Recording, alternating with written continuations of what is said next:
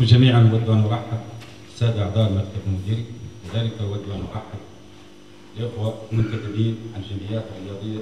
في صاحب الجلاله الملك محمد السادس نصره الله مسار تنميه متواصله مكنت اليوم المغرب من احتلال مكانه متميزه بين دول العالم.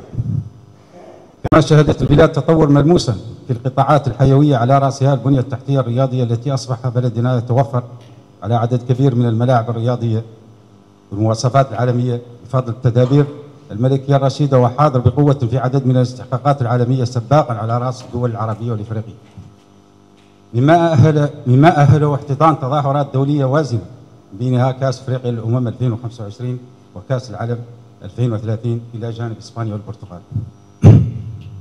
ايها السيدات والساده والحضور الكريم، لقد وضعت الجامعه الملكيه المغربيه لكره القدم برئاسه السيد فوزي الاقجع برنامج وطنيا لتاهيل البنيه التحتيه الرياضيه، والتي كان من نصيب العصبه الجويه الداخله واد الذهب عدد من الملاعب المتمثله في 5 ملاعب لكره القدم، ملعبين بالتورطه، الملعب البلدي المسيره، ملعب بيرقندوز، والتي يستأنف العمل بها ان شاء الله خلال الموسم القادم ان شاء الله 2025 2026.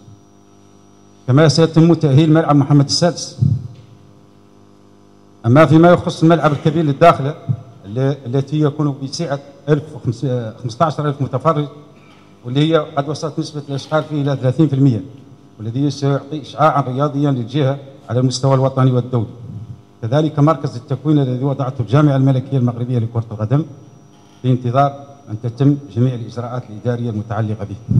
ايها السيدات والساده، يشرفني ان اضع بين ايديكم التقرير الادبي الذي يتضمن حصيله العمل المكتب المديري للعصبه، والذي تعد حصيله ايجابيه تبين التطوير الكبير في تسيير شؤونها وفق المنظومه الشفافه والحكام الجيده، على الرغم من مشاكل ضعف البنيه التحتيه، حيث لم تتوفر العصبه خلال الموسم الرياضي المنصرم سوى على ملعب واحد احتضن جميع المباريات المبرمجه، بما فيه ذلك المباريات الخاصه بالانديه الهواه، لكن العصبه استطاعت الانتهاء من جميع البطولات المبرمجه في الوقت المحدد لذلك العصبه.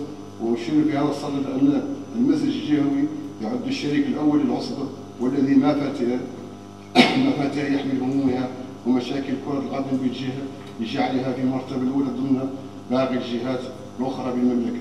تعقد العصبه الجهويه داخل وادي الذهب لكره القدم جمعها العام السنوي للموسم الرياضي 24/25، والتي تعد محطه مهمه للوقوف على الانجازات التي عرفها هذا الموسم من الناحيه الماليه. سلام تام بوجود مولانا الامام وايد بالله وبركاته. يشرفني ان التمس منكم رفع نص برقيه التاليه الى السد العاليه بالله صاحب الجلاله الملك محمد السادس نصره الله وايده، بمناسبه اختتام الجمع العام السنوي للعصبه الجهويه الداخله واد الذهب لكره القدم. وتقبلوا اسماء عبارات تقدير والاحترام والسلام.